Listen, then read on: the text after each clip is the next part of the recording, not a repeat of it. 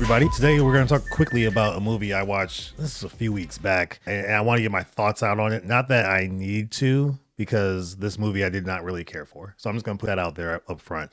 But the movie is called The Outwaters. I've been looking for a really good horror movie recently, and I feel like I haven't really found a good one lately, so it's been a little bit annoying.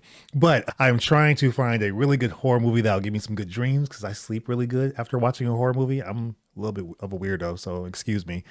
But maybe you're like that too. If you are, let me know in the comments below. The Outwaters, it's a 2022 horror flick. It's actually available on Tubi right now. I think it's on Fandango at home, the app. It's also on Plex for free. So it's available free, probably with commercials in most cases. But if you want to check it out, you can. The reason I want to talk about it is because I didn't really care for it. I like found footage horror movies. I really do. I enjoy them. Blair Witch Project obviously started that trend or that phenomenon. Paranormal Activity continued it. As Above, So Below was a really good one on Netflix. I think it's still on there.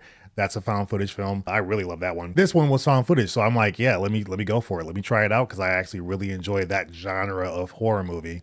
And this one, it's there, but you can barely see anything. Like there's so many moments where it's just darkness and you're hearing screaming, you're hearing certain things happening, but you can't see a thing. So it's a weird one. I will give you the synopsis though. An excursion to the Mojave Desert turns creepy when a group of campers starts to experience unexplained sounds, vibrations, and unnatural animal behavior.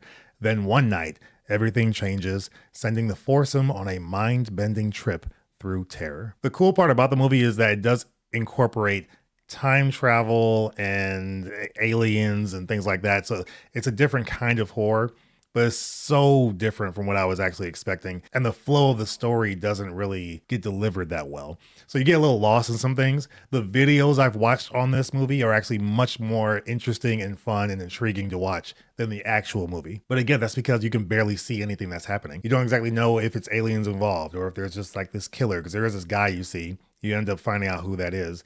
And there's different things throughout the movie that eventually kind of come full circle, but the delivery of how they do that just does not work, at least for me. If you've watched this, maybe you enjoyed it. If you did, let me know in the comments, but I didn't care for this one. And the movie is 1 hour and 50 minutes. It's almost 2 hours long, and it could have been much shorter. I wish it was, because I just wanted it to end.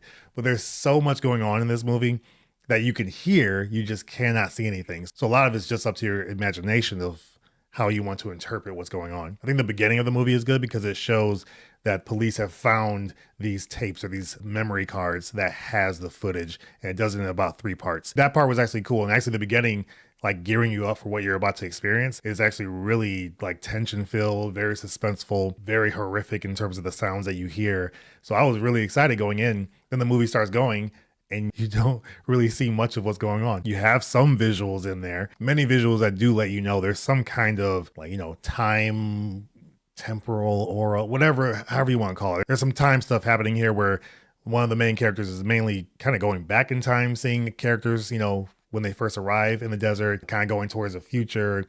Different moments where it's like, okay, there's something actually kind of going on here that's a little weird. But a lot of it is just up to your imagination of how this is actually going down or what's causing it, because you don't get a lot of information on that. Not that I think you had to, but it was missing some key moments where a little bit more information would have been nice, just at least solidify what's actually happening here. Movie does have kind of this twist ending to a degree, but again, it's from things you've seen earlier in the movie. It falls flat for me.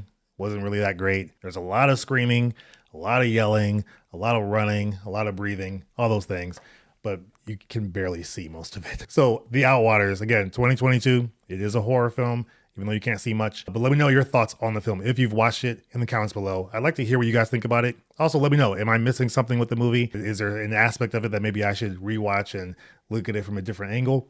I'm always open to that, but I did not care for this one. But again, there are some things that are good about it. It is very tension filled. If you want to see something where people are screaming a lot, this is the movie for you. The poster is actually pretty cool. The beginning of the movie sets it up very nice, but the movie overall just doesn't deliver on that intro that it displays for you. So those are my thoughts on The Outwaters. Again, let me know your thoughts in the comments below. Appreciate you guys for watching. Check out the links down below if you want to see more information on the equipment I use to make these videos. And as always, I will see you guys on the next one. Take care.